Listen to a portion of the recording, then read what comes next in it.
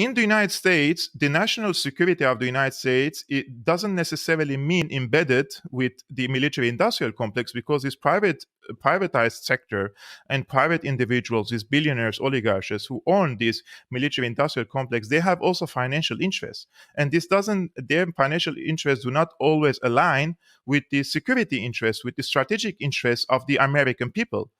And so the question here is, does the American army serve the national interests of the American people? Is the American people interest in Yemen, in Syria, in Israel, in Pakistan, in Afghanistan, in Far East Asia? No. None of these countries attack the United States. But because the United States is an empire, they have to expand. They have to establish certain, what they call order, which is, in my opinion, of course, influence, leverage over different parts of the world. Therefore, they can project their hegemony and power over these countries. Therefore, they use the American military in order to expand the influence of this corporate military-industrial complex around the world.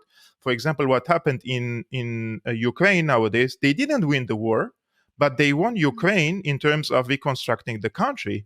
We have the bankers now getting exclusive deals to reconstruct Ukraine. Therefore, they are making billions. They sold weapons worth billions of dollars. They did the same thing in Afghanistan. They recycled money in order to generate lots of profits. They spent $2 trillion to replace Taliban with Taliban. So all these things, people think it's a failure, but sometimes we have to see it from the perspective that these people are not fighting to win. They're fighting to generate money. That is why the American empire is demising in terms of its credibility around the world and its might, because they are not following their national security interests.